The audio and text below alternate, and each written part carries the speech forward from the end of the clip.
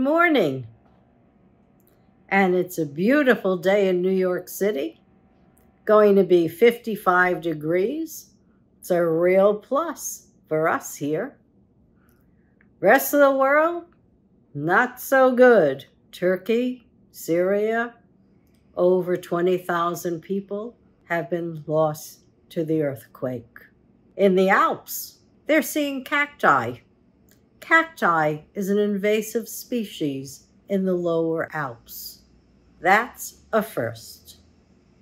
Probably not for the globe, but certainly in our lifetime. For those of us who don't think climate change is really happening, I think that when you look at cacti in the Alps and the 7.8 magnitude earthquake in Turkey and Syria, you gotta wonder what's happening on our earth. What are we doing? And it is indeed within our control.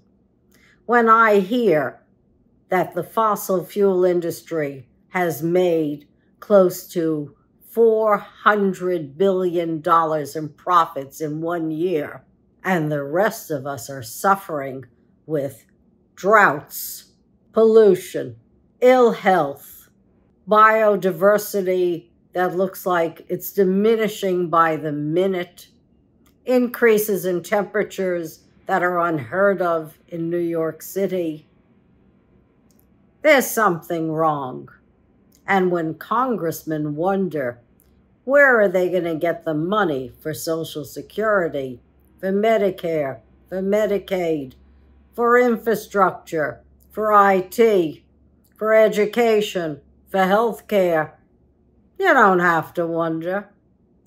We're giving almost $1 trillion in subsidies to big agriculture, to big fossil fuel industries. And what are they doing? They're destroying our world. And are they looking to diversify, to go into renewables? No. Why should they when they can make a killing, literally and figuratively, with what they've got? As far as I'm concerned, they could lose at least half of the subsidies in the fossil fuel industry and all of the subsidies in agriculture. It's been threatened for years. Why should we, the people, we, the taxpayers, support industries that are destroying biodiversity for us, creating the droughts that we see, increasing the emissions, increasing the pollution? And worse, there's a small paragraph in the Federal Register that applies to scientists. And it says that scientists who work on controversial subjects are subject to prior approval. Well, that's like a gag order on scientists. Scientists do indeed work on those forever chemicals, PFAS. And why can't they get rid of them? Because of the lobbies. Well, that's a crying shame for us, because it's causing our deaths and our ill health. They can't work on other monitoring installations for air pollution, for water toxicity. Why?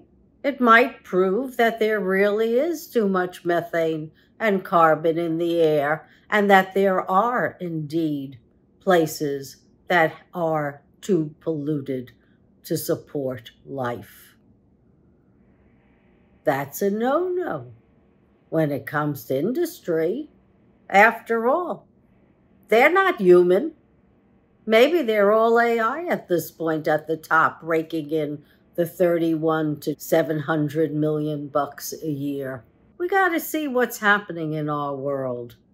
Beyond that, we got other choices to make. We got choices to make on immigration. Looks like throughout our history, we're really not as liberal as we thought. When I canvassed a couple of people right in my own neighborhood about how's business and what's happening? And the young man who mans the coffee cart said to me, gee, I'd rather be an immigrant and have free hotel lodging or be in prison where I also don't have to worry about my rent and my purchases. And when I said to him, you don't really want to be in prison, he said, no, but I'd like a social safety net. And I'd have to agree with him. I think he deserves a social safety net as well. And so did a lot of Hispanic workers in my neighborhood as they came trooping in saying, we don't want to see more immigration. We want to see a safety net for us. And I think they're right.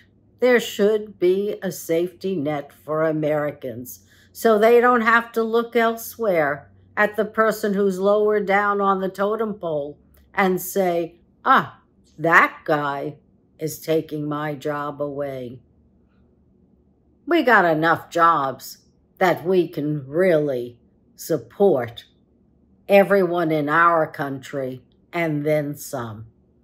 If industry was less stingy on the job end, we'd see a lot of people working. We have hundreds of thousands of folks who are IT professionals who are out of work, and we know corporations are not efficient. All you have to do is look what it takes to deal with a corporation today, and you'll know they're not efficient. Very few of them know what they're doing, but they're still making the big bucks. And why? Because Disney's letting off 7,000. Some other corporation is letting off a couple of 100,000. Silicon Valley is letting off people.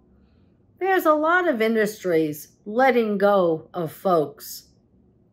No wonder people can't afford to eat properly, rent properly, have child care. Child care alone has gone up over 15%. It's 20% of a poor and middle class budget. In Scandinavia, it's 4%, and it starts at 6-month-olds and up. And not only is it available and free to everyone who lives in the country, they also do schooling, and they start teaching early about the value of being a citizen of that country. So I ask you, what are we doing? And when we say we don't have money, just ask me and I can tell you where we can get the revenue. Taxation is a good way to start.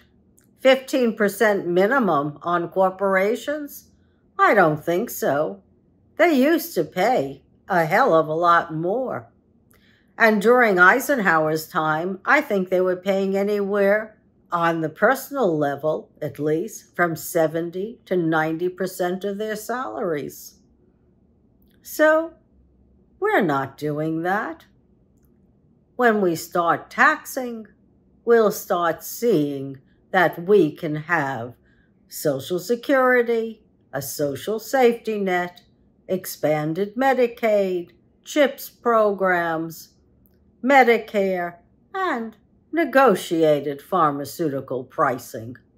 There's no reason anyone should have to pay more than the rest of the world does. So it's all choices. There's a lot of low-hanging fruit out there, and there's a lot of places for us to get revenue. My old idea of a 6% fee on derivatives, it's still a pretty damn good idea. It would give about 154 million Americans anywhere from $10,000 to $12,000 a year, and they'd have a social safety net, something that they can hold on to while they're either unemployed and looking for work or supplementing them so they don't have to feel anxious and afraid to take a vacation day. It's interesting, in Norway, they have a Norwegian sovereign fund. It holds about $200,000 for every citizen of Norway. No reason we can't do that here. When we're investing in renewables, we could make it a renewable entity that all of us benefit from, that we get some portion of the corporate stock. If it loses, it loses. If it makes money like Tesla did, hey, we'd all have something in the kitty. And that would be a good thing. It's choices. Choices like, who do we let into this country? It's interesting. Yesterday, I was at the UN. I was invited for a program on Holocaust remembrance. I'm part of the committee, and I've been part of that committee since before the pandemic. Ken Burns was there with a 44-minute presentation that he is going to be sending to schools. In conjunction with PBS, they've come up with a lesson plan on what happened during the Holocaust and how is the Holocaust and what happened to the Jewish people and the genocide, how is that aligned with the Jim Crow era in this country and the laws that Germany adopted from the South. So slavery, the Holocaust, they're intertwined about how we feel about people and what kind of respect we have for them. And it's a crime because when you say America is liberal and cares about people, you gotta look at our history. Some of our choices could have been better. And I think our kids deserve to know the history so that when they see people from other countries, they can make better choices. History is important, not just so that we talk about it, not just so we don't repeat it, but that we learn from it and we take action to make sure that we make better choices in the future so that we don't cause the deaths of anyone. So, this is all about choices, folks. We make them every single day. How do we live? What do we eat for breakfast? It's all a choice. And then there are choices on the larger level. And how does it affect us? I don't know if anyone here remembers McCarthyism, but that was a choice as well. And it destroyed a lot of people's lives needlessly. So they may not have died like they did in the Holocaust or they did with slavery, but if we could have made better choices and saved the country from going through a lot of pain. We got to make choices every single day. Let's hope we start making good decisions so that when we look at the Alps next, we see Edelweiss and not cacti. It's all a choice. Are they easy choices? Not necessarily. But then again, the easy choices are easy for a reason. The difficult choices are what makes us people. People worth respecting, worth honoring. And I must say, there was one person throughout the Holocaust and throughout the FDR years who is a hero in my eyes and everyone else's, and that was Eleanor Roosevelt. She always did what was right. 100% her instincts were 100%. For the people, with the people, always. Have a great day, everyone, and think about the choices you'll be asked to make today. Thank you. See you next week.